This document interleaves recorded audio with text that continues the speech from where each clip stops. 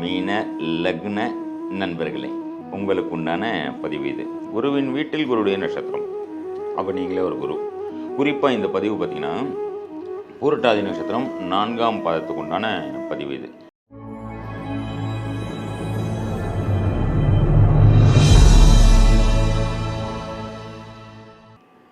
ஜெய் ஸ்ரீராம்.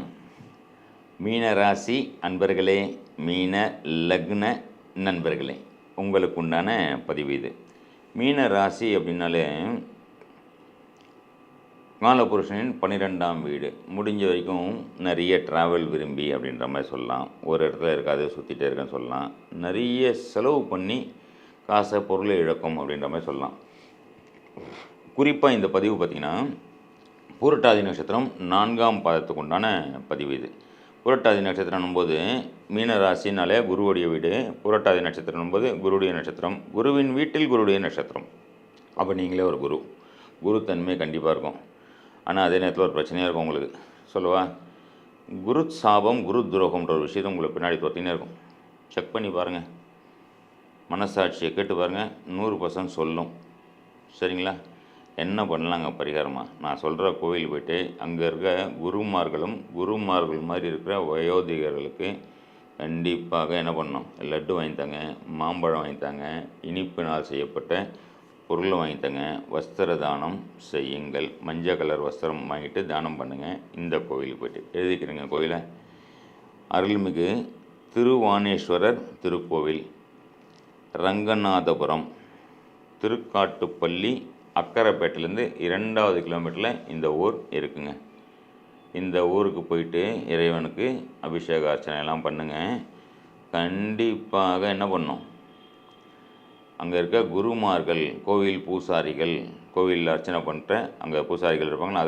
அதில் வயது முதிர்ந்தவர்கள், அங்கே உள்ள ஜோதிடம் சொல்பவர்கள், குருத்தன்மை உள்ளவர்கள், அங்கே இருக்க வாத்தியாருங்க, இவங்கக்கிட்ட ஆசீர்வாதம் வாங்கிட்டு வஸ்திர தானமும், நான் சொன்ன மற்ற இந்த உணவு தானம், மஞ்சள் சம்மந்தப்பட்ட தானம், கொண்டை கடலை சம்மந்தப்பட்ட தானம் செஞ்சுட்டு வாங்க.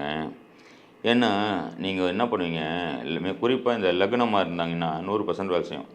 எந்த தொழில் பண்ணாலும் ஒரு நேரத்தில் தொழில் ஒன்றுமே இல்லாமல் 0 ஆகுங்க. ஏன் சொல்லுங்கள்? குரு சாபம் குரு துரோகம்ன்ற ஒரு விஷயம் உங்களை தொடர்ந்துக்கிட்டே இருக்குங்க. என்ன செக் பண்ணி பார்த்துங்க, உண்டு இல்லையான்ட்டு. குரு சாபம் குரு துரோகம்ன்ற ஒரு விஷயம் தொடரும் உங்களை. அதே மாதிரி பார்த்திங்கன்னா குடும்பத்தில் பார்த்திங்கன்னா தெய்வ சாபம் தேவ சாபம், அதனால் பொருளாதாரம் பாதிக்கும். கடன் சம்மந்தப்பட்ட ஒரு விஷயத்தில் மாட்டும். பித்ரு சாபம்ன்ற விஷயம் கண்டிப்பாக உங்களுக்கு மாட்டும். இருக்கா இல்லையா செக் பண்ணி பார்த்துங்க, கண்டிப்பாக இருக்கும். இது ஒரு தனி பதிவாக இந்த 3 சாபத்துக்கு உண்டான ஒரு பரிகாரமாக சொல்கிறேன். குறிப்பாக இந்த குரு சாபம்ன்றதை நிவர்த்தினாலே மேக்ஸிமம் மற்ற விஷயத்துல வெளியே வந்துடலாம். அப்போ முதியோர்களாக உள்ள குருமார்களுக்கு உதவி பண்ணுங்கள். இந்த சொன்ன கோவிலுக்கு போய் பண்ணுங்கள். கண்டிப்பாக இதுலேருந்து வெளியே வந்துடலாம். சரியா?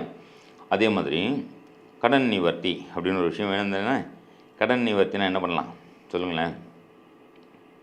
நான் சொல்கிற கோயில் போகலாமா? உங்கள் குலதெய்வம் கோயில் தாங்க. உங்கள் குலதெய்வம் கோயில் போய்ட்டு கரும்பு தானம் செய்யுங்க. மூங்கில் செடியை நடுங்க. மூங்கில் செடி இருந்தால் தண்ணி ஊற்றிட்டு வாங்க. கண்டிப்பாக கடன் நிவர்த்தி அப்படிங்கிற ஒரு பரிகாரமாக இது நடக்கும். கடன் நிவர்த்தி ஆகும். சரிங்களா? அடுத்து இன்னொரு விஷயம் சொல்லலாமா? பொருளாதாரம் வேணுமே, பணம் வேணுமே, எந்த கோயிலுக்கு போகலாம்? எழுதிக்கிறேங்க. அருள்மிகு அபய வரதீஸ்வரர் திருக்கோவில், அருள்மிகு அபய வரதீஸ்வரர் திருக்கோவில், அதிராமப்பட்டினம் அப்படின்ற ஊரில் இந்த கோவில் இருக்குது. இந்த கோவில் போய்ட்டு வாழைப்பழம், பச்சை வாழைப்பழம் வாங்கி தானம் பண்ணுங்கள். தேன் அபிஷேகத்துக்கு தேன் வாங்கி அபிஷேகத்துக்கு தேன் கொடுங்க. இல்லை அங்கே பஞ்சாமிர்தம் செய்யும்போது அந்த பஞ்சாமிரத்தில் கலக்கிறதுக்காக நல்ல தேன் வாங்கி கொடுத்து அந்த பஞ்சாமிரத்தை எல்லாருக்கும் கொடுங்க. முடிஞ்ச வரைக்கும் பச்சை வாழைப்பழம் தானமாக பண்ணுங்கள். கண்டிப்பாக நீங்களும் அதை சாப்பிடுங்க. பொருளாதார வளம் மேம்படும். பண வரவு யோகமாக கொட்டும். குடும்ப பிரச்சனைலேருந்து வெளியே வரலாம். தொழில் அப்படின்ற பிரச்சனைலேருந்து, கடன் பிரச்சனையிலேருந்து வெளியே வரலாம்னா கண்டிப்பாக வரலாம் என்று கூறி இந்த பதிவை இத்துடன் முடித்துக் கொள்கிறேன். நன்றி, வணக்கம். ஜெய் ஸ்ரீராம்.